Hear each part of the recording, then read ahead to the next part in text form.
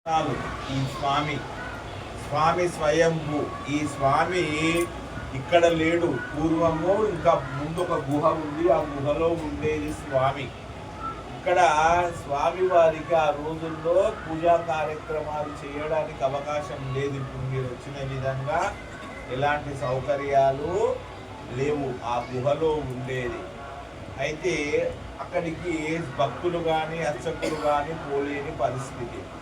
ఆ విధంగా ఉంటే స్వామి కళలో కనిపించి అక్కడ నుండి స్వామి వచ్చి, మీకు ఎదురుగా లోపల చెంపు చక్ర నామాలు టైల్స్ కనబడుతున్నాయి కదా, ఆ పైన గుండుగా పడుకొని ఉన్నాడో స్వామి అక్కడ ఉంటాడు.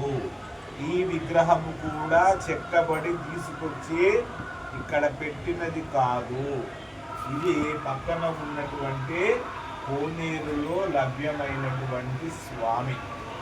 స్వామివారి తలాపున ఉన్నది నారదుడు.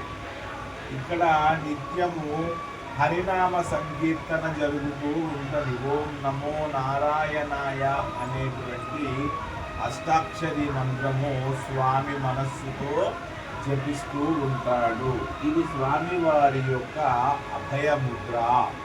అభయముద్ర అంటే భగవంతుని దృష్టిలో అందరూ సమానులే అనేది దాని యొక్క అర్థం. స్వామివారిది వరాల కుంచం. తిరుపతి వెంకటేశ్వర స్వామి యొక్క కళ్యాణానికి స్వామివారు తీసుకున్న 14 లక్షల రామవరహాలను కొలిచిన వాడు ఈ గోవిందుడు. ఆ యొక్క వరాల కుంచముదే కొలిచాడు. తరువాత ఈ ముగ్గురు అమ్మలను లోక కళ్యాణం కొరకు వివాహం చేసుకున్నాడు. శ్రీదేవి, భూదేవి, నీలాదేవి. ఇక్కడ వివాహము కాని వారికి తప్పనిసరిగా వివాహం జరుగుతుంది.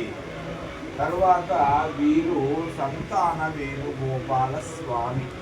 పుత్ర సంతానము లేని వారికి సంతానము కలుగుతుంది. అన్నిటికంటే ముఖ్యంగా ఇక్కడ స్వామికి మనస్సును మనం సమర్పించాలి.